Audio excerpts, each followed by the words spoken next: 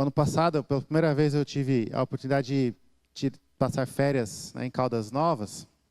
Eu nunca tinha ido, não conhecia. Eu cheguei lá, tinha aquele monte de gente, né, com os panfletos. Entrada grátis em clube tal, entrada grátis em clube tal. E eu fiquei todo, opa, entrada grátis em clube tal. Eu vou, eu quero, né? Eu quero.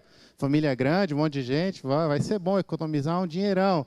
Eu tive que passar a manhã inteira escutando eles falar primeiro.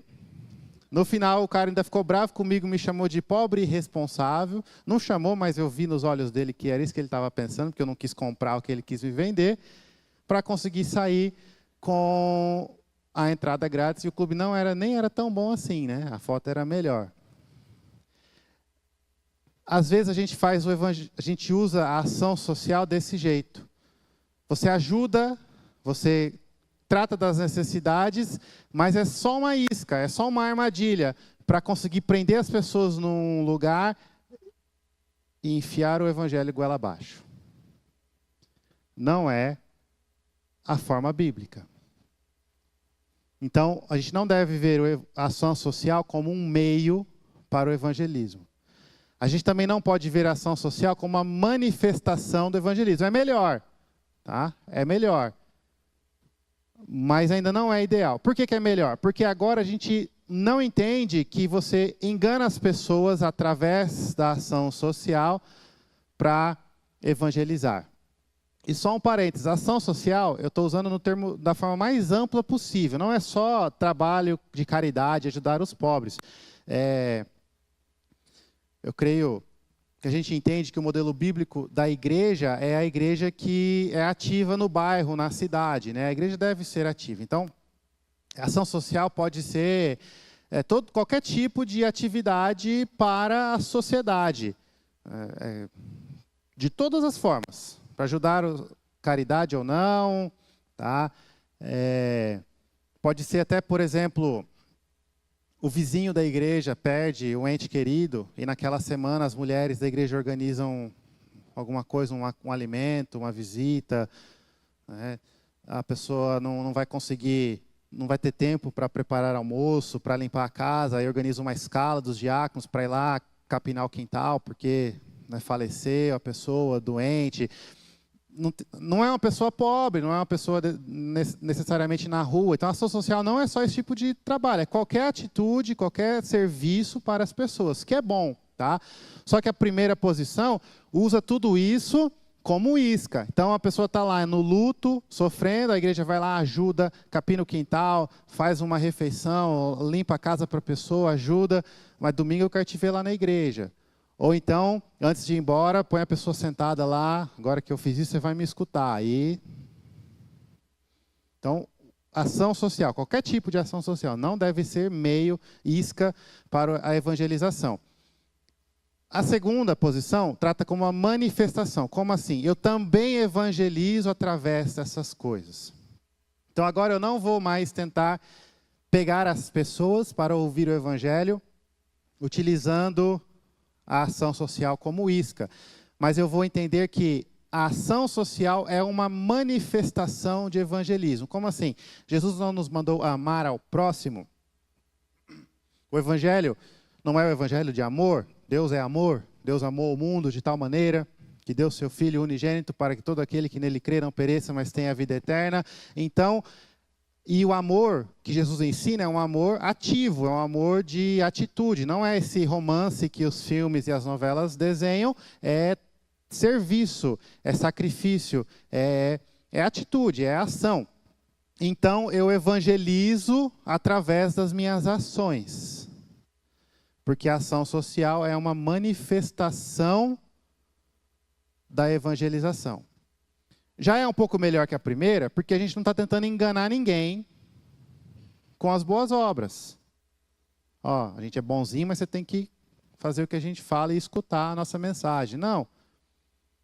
Só que não é ideal ainda. Porque a ação social não é evangelismo.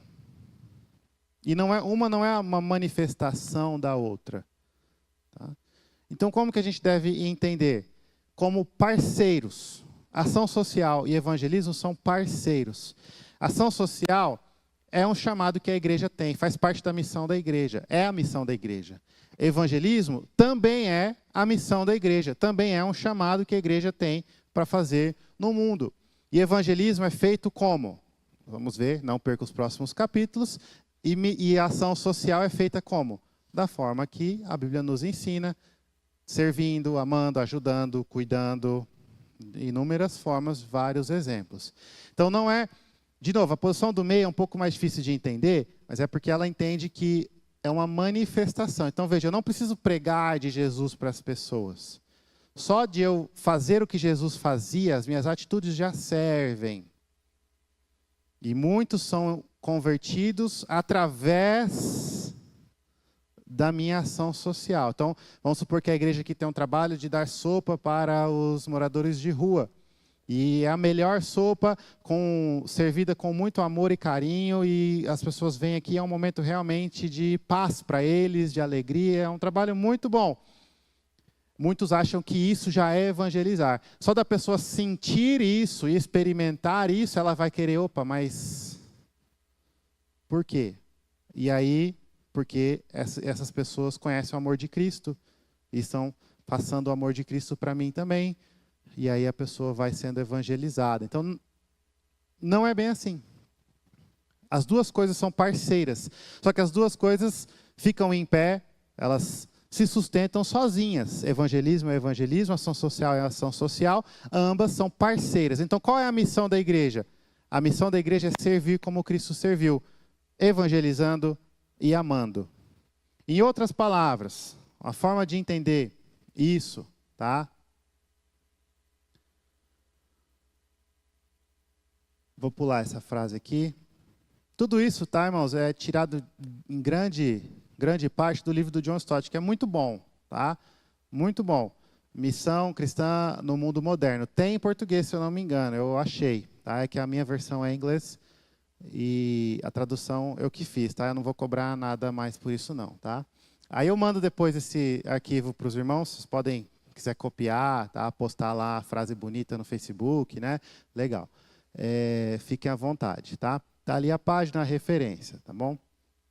Mas o que a gente está querendo falar? A gente tem que entender, então, que a gente tem que juntar a grande comissão com o grande mandamento. Uma outra forma de falar tudo isso que eu falei até aqui. Tá? Então, você não entendeu até agora. O pastor Mateus fala muito rápido, umas palavras confusas, então vamos tentar falar de uma forma mais simples, utilizando as palavras que o próprio Jesus usou. Jesus falou desse grande mandamento, não falou? Qual é o grande mandamento? Quando chegaram para ele e perguntaram, mestre, qual dos mandamentos é o mais importante? Ele falou, amar a Deus acima de todas as coisas, né, com todo o seu ser, toda a sua força, e amar ao próximo como a ti mesmo. João, lá em 1 João, quando ele fala sobre amar ao próximo, e ele usa o amor ao próximo como uma das marcas de alguém que é um cristão, ele diz, olha, esse é o grande mandamento.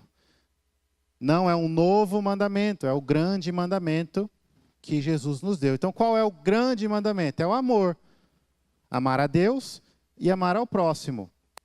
Esse é o grande mandamento. Qual é a grande comissão? A grande comissão é Mateus 28, do 18 ao 20. Ide por todo mundo, pregai o evangelho a todas as criaturas. Fazei discípulos, batizando.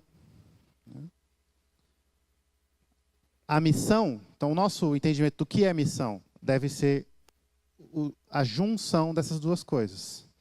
A missão da igreja é amar e evangelizar. Evangelizar e amar. Evangelizar em amor e amar a ponto de evangelizar. Amar significa ajudar, compaixão, servir, sacrifício, relacionamento, convivência. Então, o que é missão? Qual é a posição bíblica de missão? É juntar a grande comissão com o grande mandamento. Tudo aquilo que a gente falou no começo, a primeira posição tradicional do que é missão, ela foca só na grande comissão. A outra foca só no grande mandamento. A gente tem que juntar as duas coisas. Afinal de contas, Jesus falou que está nos enviando como ele foi enviado. E o que Jesus fez? Jesus amou perfeitamente, a ponto de dar a própria vida para nos salvar. E Jesus cuidou. Jesus evangelizou. Jesus pregou. Aonde ele ia, ele pregava o evangelho. Ele ia na sinagoga e ele pregava o evangelho. A missão de Cristo era pregar e era também amar. Ou, usando a palavra, servir.